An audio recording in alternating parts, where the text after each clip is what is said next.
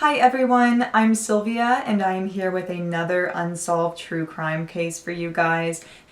This is the last part of my Halloween series, and this means that all of the cases I did during the month of October had something to do with Halloween in some way. I'm so excited. My spooky trick-or-treat earrings finally came in the mail, so I'm able to wear them for my final video. They came just in time. I ordered them from the Honey Blossom shop on Etsy. They have all of these cute, campy, funky earrings, and I ordered a bunch of them, and they actually gave me a pair for free. But these ones I paid for. This video is not sponsored in any way. I'm just excited about my earrings. But yeah, I have my little trick-or-treat earrings on, and I am more than excited to get into this mystery because it's a weird one. If you haven't already, please hit that subscribe button down below. I would really appreciate it. And without further ado, let's get into this case. This story is about a bright, happy college student with a big future ahead of him. However, he went missing after leaving a bar on Halloween night. I'm sickened yet curious. I want to hear more. Chris Jenkins was a 21-year-old senior at the University of Minnesota. He was majoring in business and he was looking forward to graduating because he had lots of job interviews lined up. So he was very excited about the future. Chris was a very popular and well-known person. He was also on the lacrosse team as a goalie. So, he had a very big network because of that. By all accounts, Chris was a very outgoing and friendly person. He was the kind of person that would just walk up to you and start talking. He had blonde hair, he was athletic, and he was 6'2", so I know all you thirsty hoes would have had your eye on him if he walked into the room. However, Chris was taken. He was dating a bartender named Ashley, who was also college age, and on Halloween night, they had plans to go to the bar that she worked at, the Lone Tree Bar and Grill. This was Halloween, October 31st, 2002, and Chris was hosting a little pregame at his house before everybody went out. And this is Halloween, so he has a costume on. He is dressed as a Native American. Don't do that. This was 2002, so I don't think Chris knew that this was considered a very offensive costume, but it's 2021, don't dress as a Native American. However, I'm mentioning his Indian costume because it's actually important to the story. This was kind of one of those basic stereotypical Indian costumes that you would buy from Party City. It was just a brown suede kind of shirt and then drawstring pants. There was some detailing on the headband that he was wearing and then also around the neck of the shirt that looked like it was kind of like red, yellow, white threading, and then there were also some feathers and it looks like some beads as well. To go with his costume, Chris was wearing moccasins that he had borrowed from a friend and they were a size too big. His costume didn't have any pockets, so he gave his wallet, phone, and keys to his girlfriend to carry in her purse. I know that feeling. I always feel like I'm the pack mule for my friends when we go out because I'm always the one with the purse, so I have everybody's stuff. So Chris hosts the party, and then around 10 p.m. his friend drives him and some other people to the Lone Tree Bar and Grill in Minneapolis. His girlfriend was already there with 2 off-duty police officers who were wearing their normal clothes. They weren't wearing a uniform, and they were actually working as like the security that night for the bar. This bar was known to get a little crazy, so they had extra security for the night of Halloween.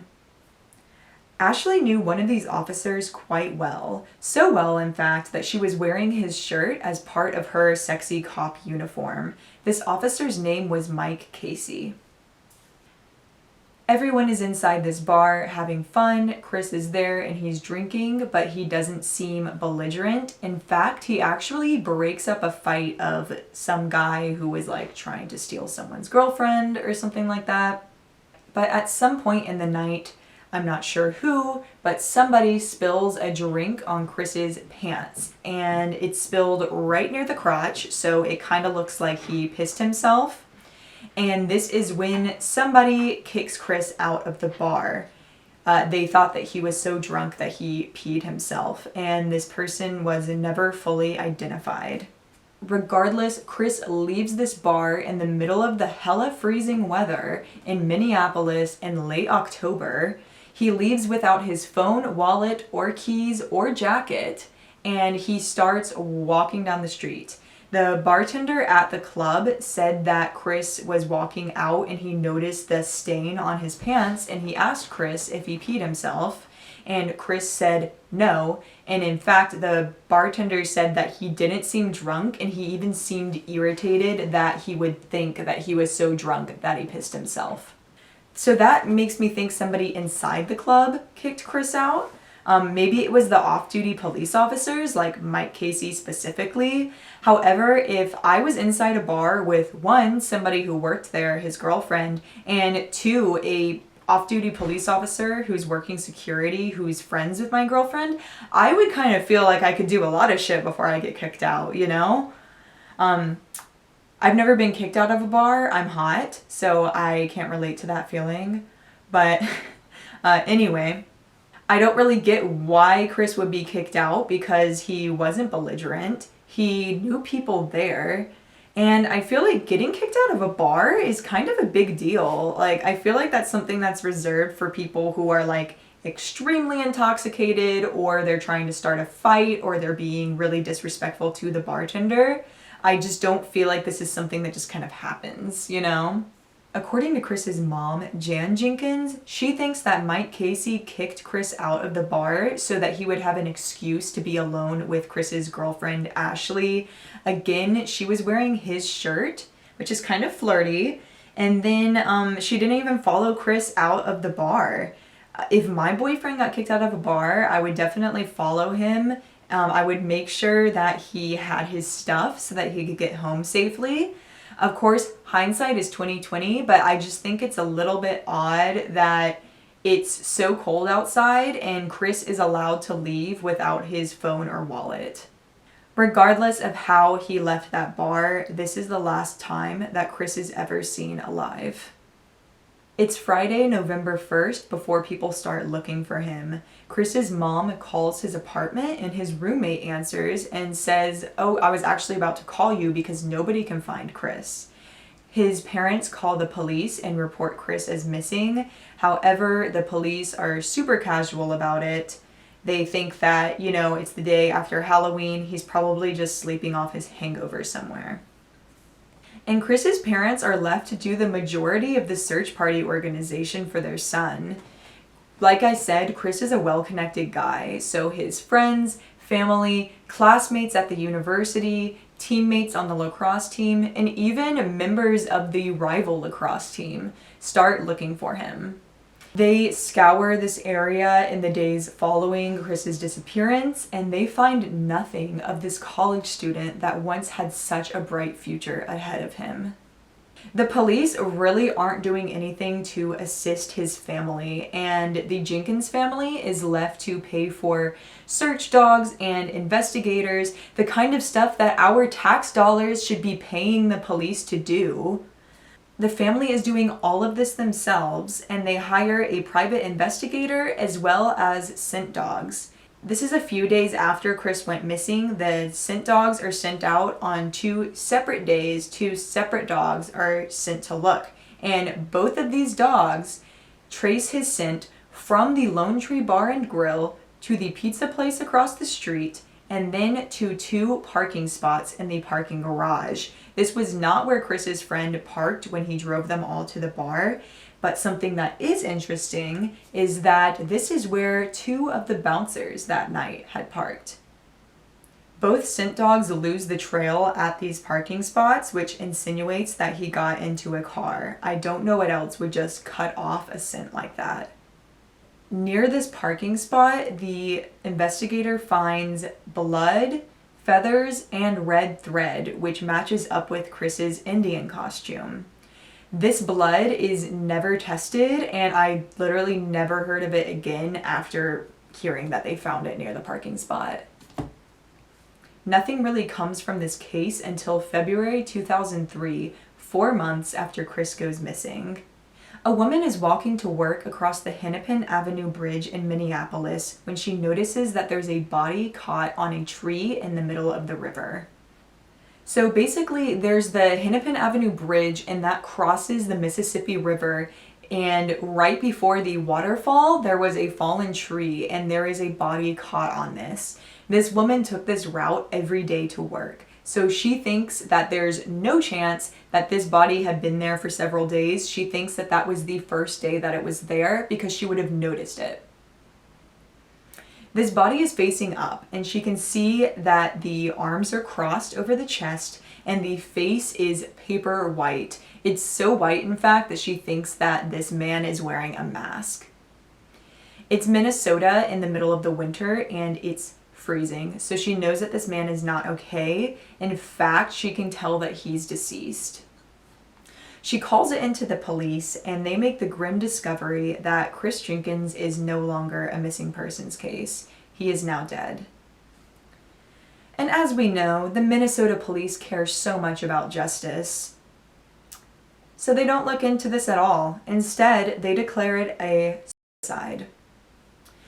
These officers say that Chris jumped off the Hennepin Avenue Bridge by his own accord in order to, check out early and unalive himself. I know that YouTube gets really weird when you start talking about people when their lives end and they do it themselves.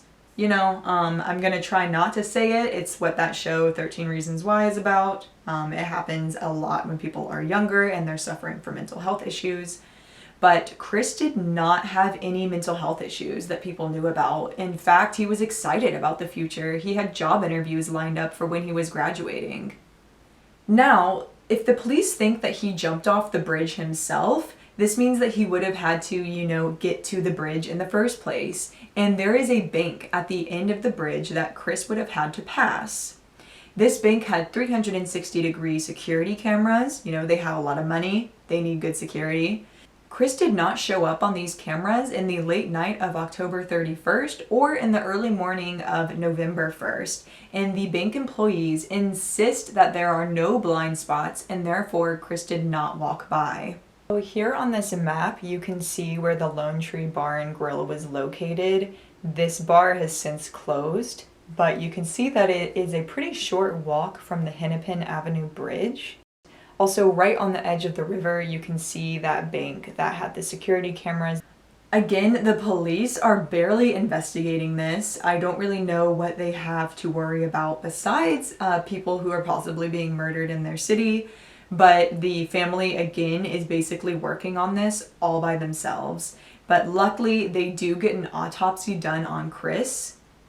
I mean, even just looking at this scene, it looks very odd. His body position is very unusual.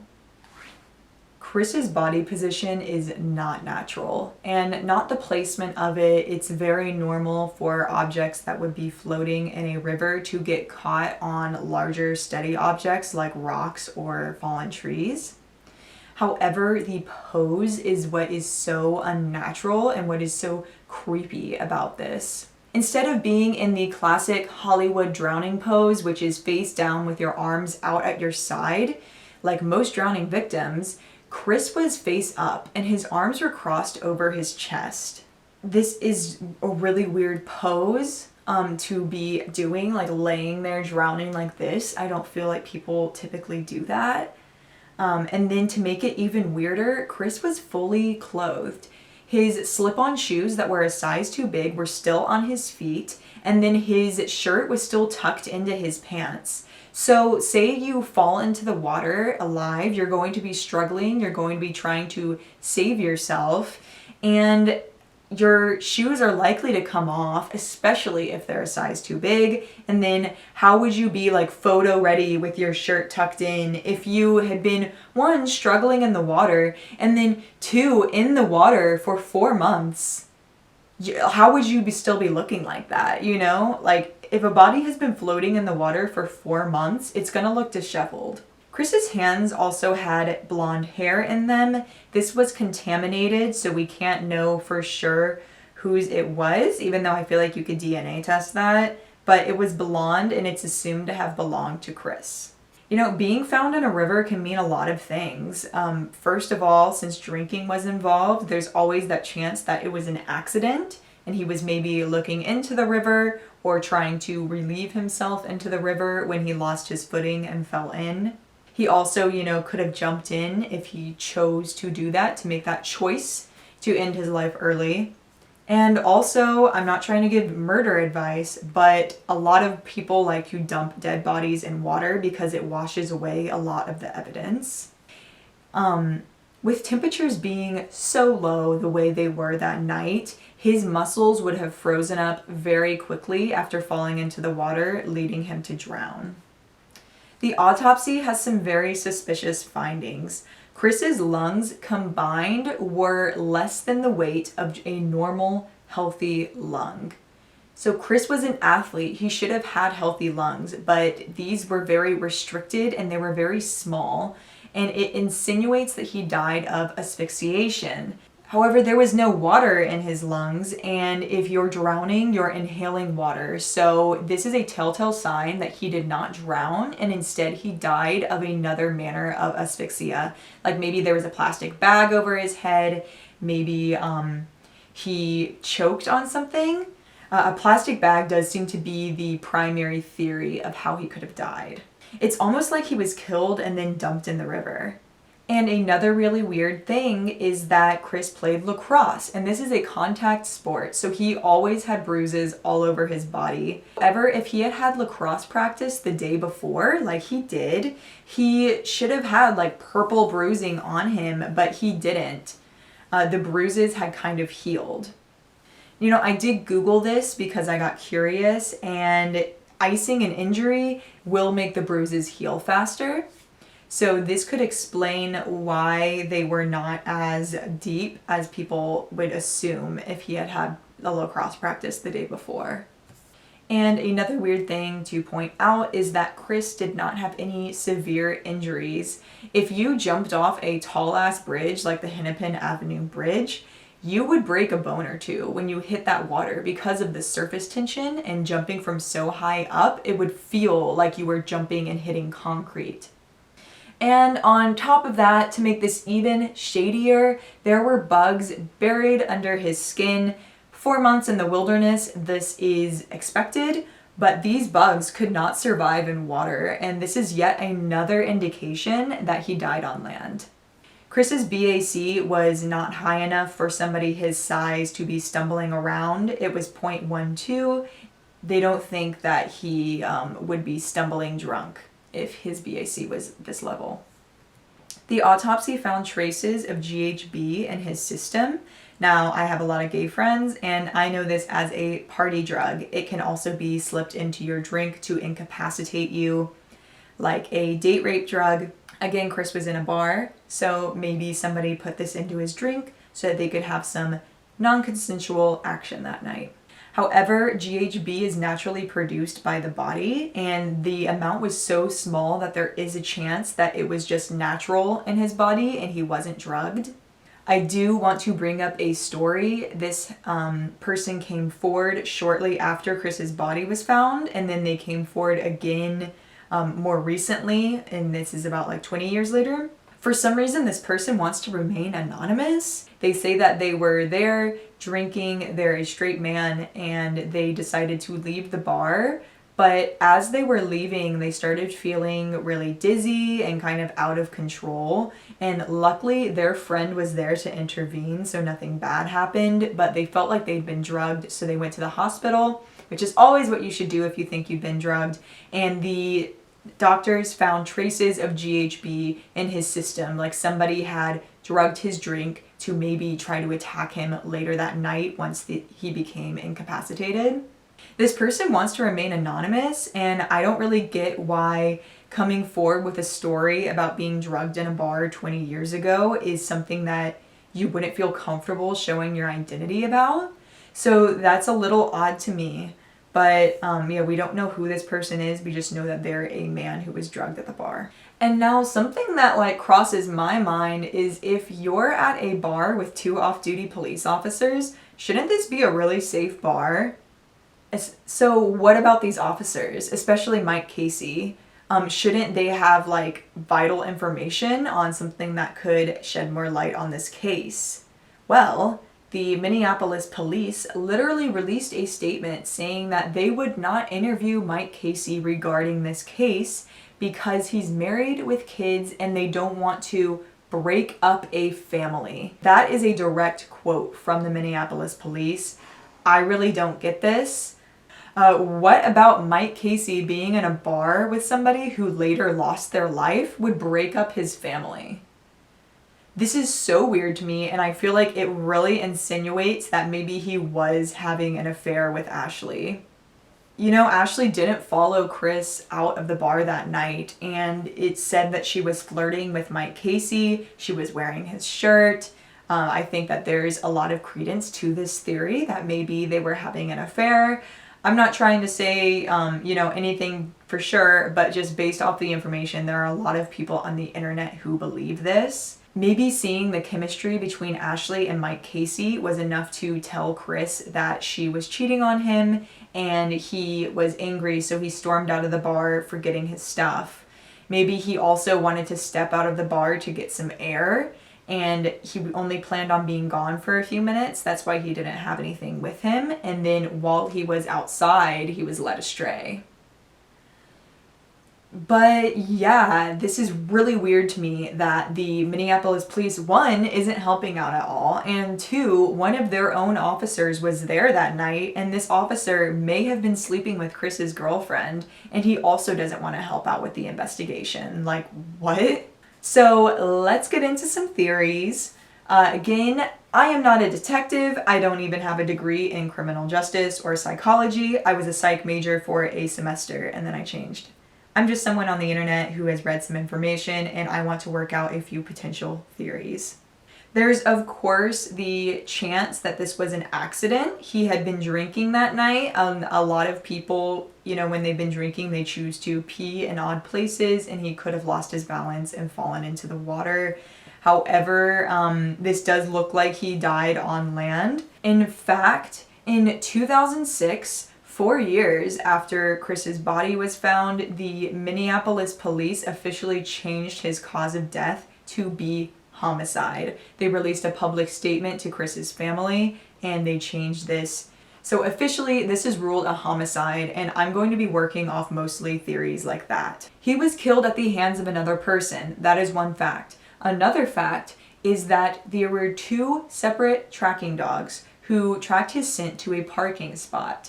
This insinuates that he got into a car, and that means that there could be a crime scene anywhere in the city of Minneapolis. We just don't know where. So that, along with the autopsy findings, really give a lot of credence to the fact that he could have been killed at another location and then dumped into the river. Also, these police could be doing a bad job on purpose because they want to protect one of their own. Mike Casey could have had Chris taken care of that night after he left the bar so that he could make a move on his girlfriend. This would make a lot of sense given the weird statement by the police about breaking up a family, as well as the fact that they did a shit investigation into this. Now, another theory that I have to bring up is the Smiley Face Killers. I thought that if you're watching this video, you might want to hear about it. This is something that just sounds a little tinfoil hat to me, but the Smiley Face Killers are an internet theory. Across the 2000s, multiple white college-age men have been found in bodies of water under suspicious circumstances. In most of these cases, a smiley face graffiti is found near the body. And in a lot of these cases too, GHB is found in the systems of these deceased men. This could be GHB used to drug them and incapacitate them. It could also be that GHB that naturally runs in all of our bodies. And there are multiple suspicious deaths across the Midwest that have been linked online to these Smiley Face Killers. It's really just a theory, but people think that there's a chance that there is one serial killer or multiple serial killers that work together to do these crimes, and they draw a smiley face as their calling card. Nothing in this theory fully checks out, and you can poke a lot of holes in this. First of all, the smiley faces all look different, so you can't even fully call it a calling card. You know, some smiley faces have a nose, some of them are just the eyes and a mouth, sometimes there's a circle as well. I want to point out that a smiley face is a universal and very common shape to draw. It spans cultures and art skills. It's super easy to draw. I feel like if you gave a can of spray paint to somebody and said, draw something on this wall, a lot of people would draw a smiley face. Another thing that really stuck out to me is that there is an island in the Mississippi River near that bridge called Nicollet Island. Within this island is a network of caves called Satan's Caves. And yes, that name is a little corny, and I'm not going to drag Satanists into this. I feel like they get blamed for a lot of murders. But it's Halloween. It's the spookiest, scariest day of the year. And this cave is called Satan's Caves. I could bet money that people were down there at some point in the night. In these photos of Satan's Caves, you can see that there's graffiti all over it. There is no smiley face. And there's some beer bottles insinuating that people are drinking. Whether it was the Smiley Face Killers or someone else, people were down there. So with this theory, maybe Chris was leaving the bar and somebody invited him to go to an after party, and this was in Satan's Caves. You know, there's free alcohol, there's not that many people around. It's a fun, spooky thing to do on Halloween. So maybe he went to these caves and was murdered there, or maybe he even died on accident and people got paranoid and didn't report it to the cops. This is not a super frequented island, so maybe they would have left his body on land, leaving those bugs to bury under his skin, and he died in that pose, and then maybe the elements swept him into the water. So yeah, I think it's just so weird that somebody who was so big and athletic could have been, you know, incapacitated and killed. But 20 years later, Chris's parents still want to know what happened to their son, and right now they have no answers. If anybody has information on this case, I will link the Minneapolis Police Department's contact information below. Thank you so much for watching my video on the suspicious death of Chris Jenkins. This case is so sketchy, and I do feel like that the police are trying not to solve it. I don't know if Mike Casey is involved. I don't know if Ashley is involved. I don't know if the Smiley Face Gang is involved. But I would love to hear your thoughts in the comment section below. Please make sure to like and subscribe if you enjoyed this video and you want to see more true crime. I will be coming out with another video next week. I can't wait to see you again. Happy Halloween. I hope you have a great rest of your day and stay safe.